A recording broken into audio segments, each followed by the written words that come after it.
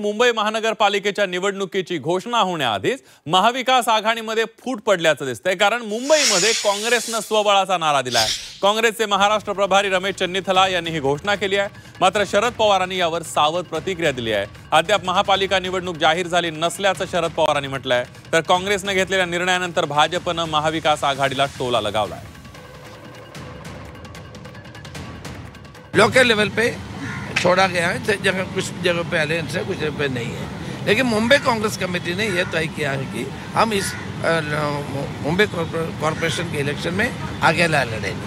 मुंबई महापालिकेत देखील काँग्रेस स्वतंत्रपणे निवडणुकीची भूमिका घेतली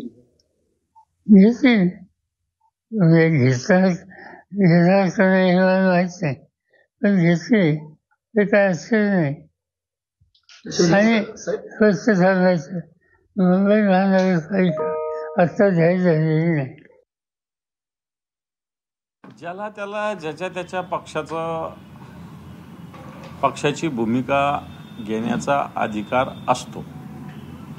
त्यामुळे कोणत्या पक्षाने कोणती भूमिका घ्यावी हे ज्याचं त्यांनी ठरवायचं असतं। आणि त्यामुळे जर अशा काही गोष्टी ते ठरवत असतील किंवा ठरवायच्या असतील तर त्याला समोरचे आमच्यासारखे काय करणार आहे?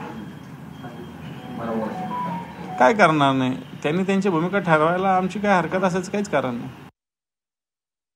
पण मुंबई काँग्रेसच्या पदाधिकाऱ्यांचं सगळ्यांचं आणि मुंबईच्या सगळ्या नेत्यांचं, ज्येष्ठ नेत्यांचं म्हणणं असं आहे की मुंबई काँग्रेसचं जे महानगरपालिकेचं इलेक्शन आहे ते आम्ही जे आहे ते स्वबळावर त्या ठिकाणी लढलं पाहिजे। कारण मागील काळामध्ये सुद्धा काँग्रेसने जे आहेत हे इलेक्शन लढलं होतं। तुम्ही 17चं बघा, त्या ठिकाणी इलेक्शन तुम्ही बघितलं तर त्या काँग्रेसच्या कार्यकर्त्यांची इच्छा आहे। शेवटी हे इलेक्शन कार्यकर्त्याचे, आणि जर कार्यकर्त्यांची मनशा असेल की आपण हे जे इलेक्शन आहे ते स्वबळावर लढलं पाहिजे तर ती भूमिका आज मुंबई काँग्रेसच्या वतीने मी आमच्या प्रभारांसमोर त्या ठिकाणी ठेवण्याचं काम केलेलं आहे। खरं तर काँग्रेसने स्वबळावर लढावं, नाही तर अर्ध्या बळावर लढावं किंवा पाव बळावर लढावं।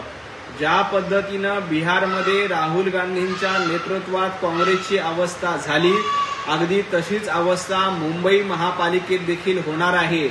काँग्रेस बिहारमध्ये फक्त 6 जागांवर पुढे आहे, विजयी होते। तशीच मुंबईमध्ये देखील काँग्रेसला 2 आकडी जागा मिळणार नाहीत। फक्त सिंगल डिजिटवर मुंबई महापालिकेच्या निवडणुकीत काँग्रेसला समाधान मानावं लागेल।